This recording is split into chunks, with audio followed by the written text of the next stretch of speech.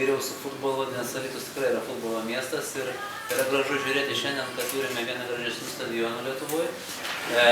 Tikimės, kad sutarsim, kad taurės finalas tikrai bus Alytuje.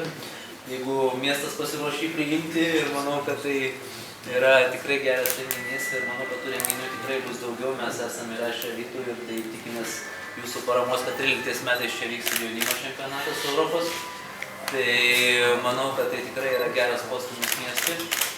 Ir savaime suprantama tai, kas yra reprezentacinė dalis, tai yra tik tai labai maža dalis futbolas. Nes šiandien futbolas yra tik tai 0,5%. Yra tai, ką mes matom televizoriuje, tai yra tie lakstantis profesionalūs sportininkai, o realiai visas kitas tai yra mėgėjai ir jaunimas ir vaikai, kurie sportuoja. Tai turim tą istoriją, kad per paskutinius 6 metus futbolo sportuojančių vaikų skaičius 40% paaugo.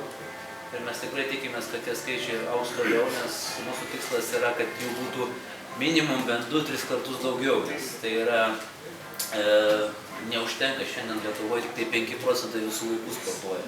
Tai yra tikrai labai rimta problema ir manau, kad kadangi bet kuris savivaldybė žino, kad pasirinkimas yra turbūt vienas, arba statyti kažkokias tai aikšteles.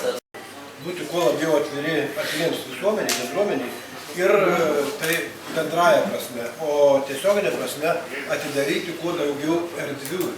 Tame tarpe, kad laisvalaikį galėtų leisti tėvai su vaikais, vaikai su seneliais, anūkai su seneliais ir taip toliau. Ką turiu omenyje? Kad savaitgalį būtų atidarytos mokyklų erdvės, tai yra sporto salės, aktų salės, kad laisvalaikį galėtų bendruomenė, kuri gyvena šalia mokyklos, praleisti savaitgalį ten. Vakarą pagaliau ten, vasarą ir panašiai. Tai šiandienos projektas, dėl kurio pasirašoma sutartis, akivaizdus to įrodymas. Ir kuo daugiau tokių atvirų erdvių atsiras, tuo miesto bendruomenė bus geriau. Ir manau, kad iš tikrųjų mes jų turėsime ateityje ir daugiau. Nes kiekvienas geras pavyzdys galbūt kažką užkrės, kažką sugundys, dar kažką naujo atrasti. Taip, kad naujų erdvių atidarimas sportui iš tikrųjų sveikintinas reiškinys. Ir kokioj pozicijai mes bebūtume, rinkimai ateina ir praeina, bet vienoje ar kitoje pozicijoje liksime, tarkim, kaip tarybos nariai ir iš tikrųjų tą idėją palaikysim. Na, dar grįžtant šiek tiek į istoriją, labai netolimą, kaip Andrius sakė, ir šiuo klausimu įvairių peripetijų taryboje buvo. Bet mūsų, sakykime, tokia nuosekli pozicija ir konsultacijos su Andriumi padėjo tą klausimą išspręsti taip, kaip jis, kad šiandieną ateita iki sutarties pasirašymą. Tai sveikinu labai džiaugiuosi. Ačiū.